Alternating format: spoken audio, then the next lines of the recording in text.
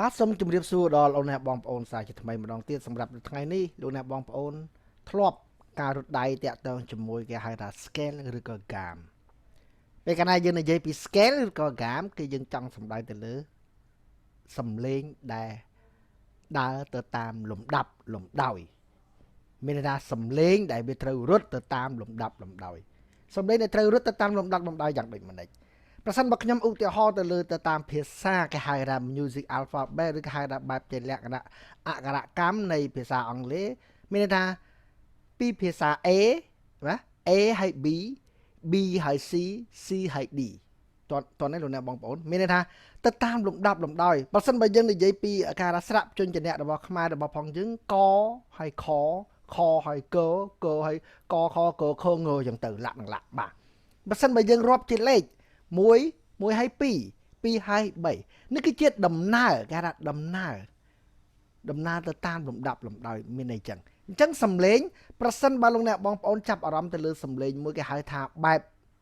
do major បាទសំឡេង do major អញ្ចឹងប្រហែលជាលោកអ្នកបងប្អូនដឹងថាពាក្យថាសំឡេង do major គឺចង់សំដៅយ៉ាងម៉េចលោកអ្នកបងប្អូន do គឺចង់សំដៅថាអក្សរ C នៅក្នុងភាសាភ្លេងសំឡេងគេហៅថាសំឡេង do ប៉ុន្តែដោយឡែកបាទប៉ុន្តែដោយឡែកនៅភាសាដែលយើងជំនួសដោយភាសាឡាតាំងគឺយើងជំនួសដោយអក្សរភាសានៃ C ឬក៏ភាសាបារាំងគេហៅថា C អញ្ចឹងសួរថាតើសំឡេងដូខ្ទង់ C ហ្នឹងនៅឯណាបាទគឺនៅពីមុខខ្ទង់ពណ៌ខ្មៅ2បាទមានន័យចឹងលោកអ្នកបងប្អូនអញ្ចឹងប្រសិនបើយើងនិយាយថាតើសំឡេងដូហើយទៅសំឡេងអ្វីទៀតបាទពេលកាលណាយើងនិយាយពីសំឡេងដូហើយគឺសំឡេងរ៉េនេះជាឈ្មោះទៅតាមលំដាប់លំដោយដូហើយរ៉េហើយមីប្រសិនបើយើងនិយាយទៅលើតាមភាសាគេហៅថាភាសាអង់គ្លេសឬក៏ alphabet ទៅតាម C ហើយ D D ហើយ E E ហើយ F F ហើយ G ចឹងទៅបាទតោះនេះលោកអ្នកបងប្អូនបាទនេះគឺជាខ្ញុំចង់ជំរាបលោកអ្នកបងប្អូនអញ្ចឹងចំណុចនេះលោកអ្នកបងប្អូនយល់ហើយទី2ពាក់ព័ន្ធជាមួយនឹងម្រាមដៃមកជាទូទៅមេដៃគឺយើងតែងតែហៅថាជាម្រាមទី1បាទមេដៃបាទលោកអ្នកបងប្អូនមេដៃជាម្រាមទី1ដៃច្អល់ម្រាមទី2អញ្ចឹងពេលកាលណាយើងលេងជាទម្រង់ហៅថាបែបដៃឆ្វេងដៃស្ដាំគឺសំឡេងដូចគ្នាមែនផ្ដើមចេញពីសំឡេងដូដូចគ្នាមែនប៉ុន្តែម្រាមដៃវានឹងប្រច្រាស់គ្នាបាទដៃស្ដាំម្រាមទី1ទៅដៃឆ្វេងជាម្រាមទី5ហើយលក្ខណៈក្នុងការលេងគឺម្រាមដៃស្ដាំគឺយើងរត់1 2 3យើងយកមេដៃខ្ទាស់នៅពីក្រោមបាទ1 2 3 4 5បាទតោះនេះលោកអ្នកបងប្អូនមើលថា1 2 3មេដៃខ្ទាស់ពីក្រោម1 2 3 4 5ពេលយើងចុះមកវិញ5 4 3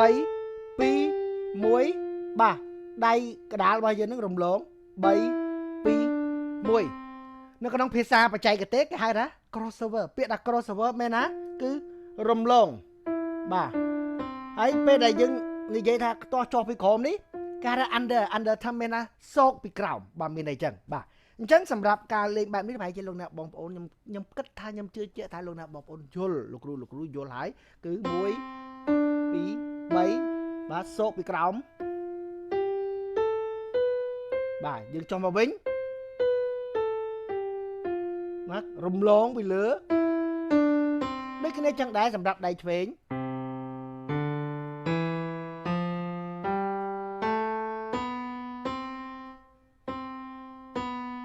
បាទសោកពីក្រោមបាទ under ចំណុចនេះលោកអ្នកបងប្អូនអាចនឹងធ្វើឲ្យច្រើនមានថាធ្វើឲ្យច្រើន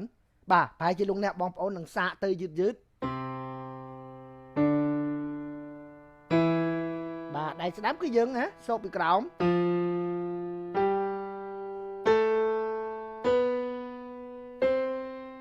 ចុះមកវិញបាទដៃឆ្វេងយើងសោកពីក្រោមវិញ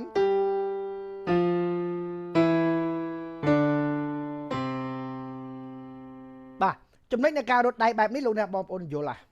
បាទអញ្ចឹងជាចំណុចដែលលោកអ្នកបងប្អូនត្រូវអនុវត្តបាទសូមអនុវត្តជាប្រចាំថ្ងៃតោះនេះលោកអ្នកបងប្អូនបាទសូមអរគុណសម្រាប់នៅក្នុងចំណុចទី1នេះ